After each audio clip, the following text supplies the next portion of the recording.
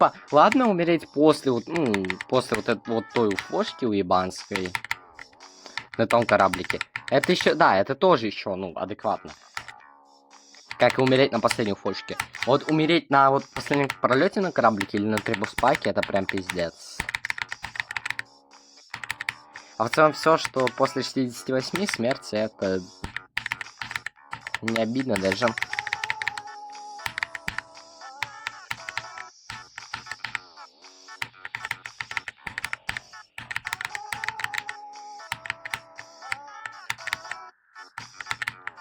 Yeah.